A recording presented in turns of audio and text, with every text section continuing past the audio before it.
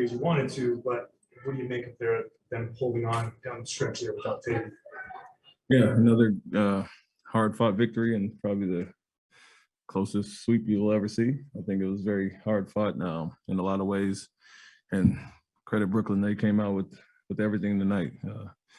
What we expected from Durant, the passing wasn't going his way, so he got aggressive, took 31 shots, and so got himself going and showed who he is. And for us to do that, it shows who we are as a team. And we always talk about that, well-rounded, balanced. We're not relying on one or two guys. And so, unfortunately, JT was out most of the fourth quarter with foul trouble, and other guys stepped up and made huge plays. And that's really what we pointed out to the team. Not only defensive stops, but on the offensive end, different guys handling, initiating offense, making plays, and Marcus, Al, getting those extra offensive rebounds. And so that's where the balance comes in. You've been around a lot of great players as a player and a coach. What can a series like that for Jason against someone like Kevin Durant do for a young player like Jason? I mean, it's a good barometer, obviously. We've talked to him about, being the guy every night he steps on the court, and you could tell he was extra motivated for this series and that matchup. And, wasn't on one end only trying to score on him. He was taking the challenge defensively as well as the rest of our group. And so for him, it's, more of the same, what he's been doing all year. Like I said, it's well chronicled that I told him to go at certain guys and not respect anybody too much. And he relishes those moments. And so it's a big test for him, a guy he knows well, playing against several times, obviously, with the Olympic team. And they kind of had a good thing going with each other this summer, getting to know each other. So it's a good test for him that he did well in. You were the team that didn't want to dodge Brooklyn coming into the playoffs. How much do you feel like that message helped you guys have that edge in the series? Yeah, I mean, we said it quite openly. We're not running from anybody, and we'll let the chips fall where they may, and want to play our best basketball going into it. Obviously, the final day, some teams did what they did, and we had to win, because we could still go from 2 to 4, and so we still have things to play for. But the overall message that I'm going to give the team and that they relay back to me is we're not scared of anybody. We're not going to run from anybody. And, if you're going to win, you got to go through certain teams at certain times anyway. So might as well get a really good test early. And I think it'll help us going down the line. The Marcus Smart experience this year has been obviously most positive. He leaves Kyrie alone to try to get that improbable steal against Durant, but then comes back and fouls Durant in the back court, so he won't have a chance. I mean, that seemed. Did he know that? Did you know that?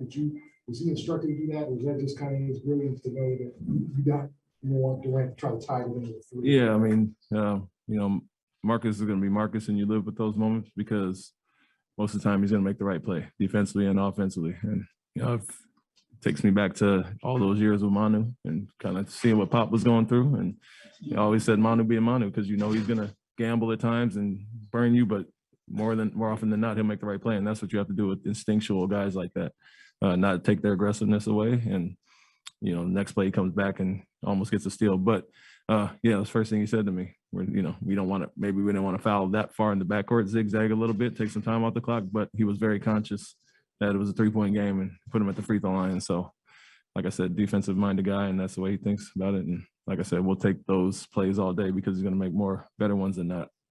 Was Jalen grabbing his hamstring a little bit at the line there last time he was on the free throw line?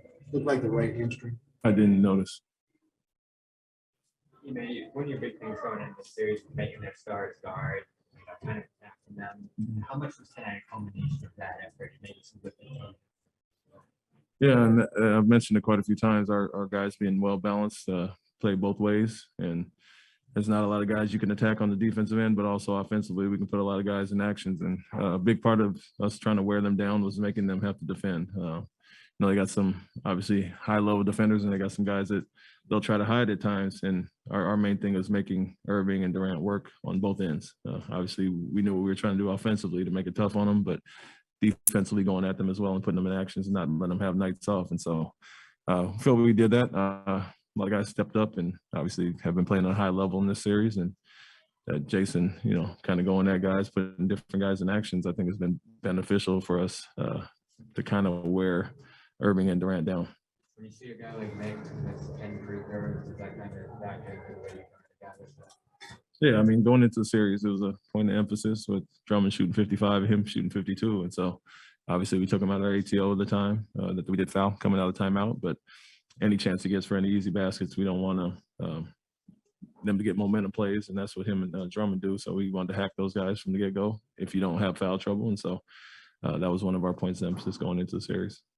You mentioned the low margin of victory. Given your struggles in close games in the regular season, does it help to get some early reps or some reps and some success down the stretch of close games? Yeah, I think we had quite a few late in the season, some closer wins that we had to grind it out. We had, a lot of 20-point wins as well, but we knew coming into it, we'd have to get tested. And I think we've improved in that area late in the season. So as I mentioned, after game 3, the playoffs are a different animal, and you can take those experiences and kind of amplify them times 10 in the playoffs. And I think we passed a lot of those tests, especially with the foul trouble with JT tonight. What do you attribute to the improvement? I mean, clutch sort of wins and losses can come and go. Like it can come. It's a make or miss league at some point. Yeah. But what do you guys? Why do you think you guys have played better in close games? Learning from our losses, some of the leads we gave up early in the season. I think a big part of it is us as coaches learning our team and kind of fine-tuning some things offensively. Most of the time it was really offensively why we were losing some of those leads. We got a little stagnant at times late in games, and so defense was always solid, but other teams would go on runs and we weren't scoring. And so I think we've kind of limited those droughts throughout the season and really found what we like to go to end game-wise. What do you think about you guys not getting caught up in the series? Like, this is the series the NBA people were watching, KD, the Kyrie, the narratives, but just kind of sticking with what you guys do and not getting caught up. Yeah, that was the message. Like I said, we're not going to run from anybody, and so we understood who we're playing against and the caliber of players. And for us, it's about continuing to build on what we did to end the season, basically those last few months, and having carryover from that. And that's why we played against Memphis and got some guys some rest, but also wanted to play well going into the playoffs. And regardless of the opponent, we know we're going to have to come across in the playoffs. And so for us, they have their own things going on. We have enough to worry about on our end. And, the matchups are the matchups. They're going to hype certain, players against each other. But for us, it was just continuing to build on what we've done. And every game, the first and second game, we felt like we played a half. Third game was a little bit better. And then tonight was a little bit better. So we felt we could improve throughout the series. So we had enough to worry about on our end and not get caught up in that part. What's the game plan after Tatum fouled out? Because it seemed like you guys are kind of hanging on there. I'm just not making some plays. But what did you kind of tell the guys? Yeah, we'll continue to make plays, put the ball in different guys' hands. We felt we had favorable matchups out there, and we wanted to exploit those still, and not just relying on Jason at times. Obviously, he's a huge part of what we do in game offensively, but Marcus made huge plays. You got a guy like Derek as well, and then Jalen, obviously, with the ball in his hand. So they had some guys out there we felt we could attack, some of their bigs and smalls, and we just continue to go at those guys and make the right play. And you saw that happen when Jalen's in the crowd. He kicks it to Al in the corner for 3, so it's more of the same. His growth overall, just like Jalen does, and Jason does. We rely on everybody to do that, make the right play, and he did that. This is your first playoff series win as a head coach. I mean, do you let yourself celebrate at all? Maybe on the flight home, you enjoy it, but obviously we know what's coming and start preparing on that tomorrow. Rob, kind of rusty in his return here.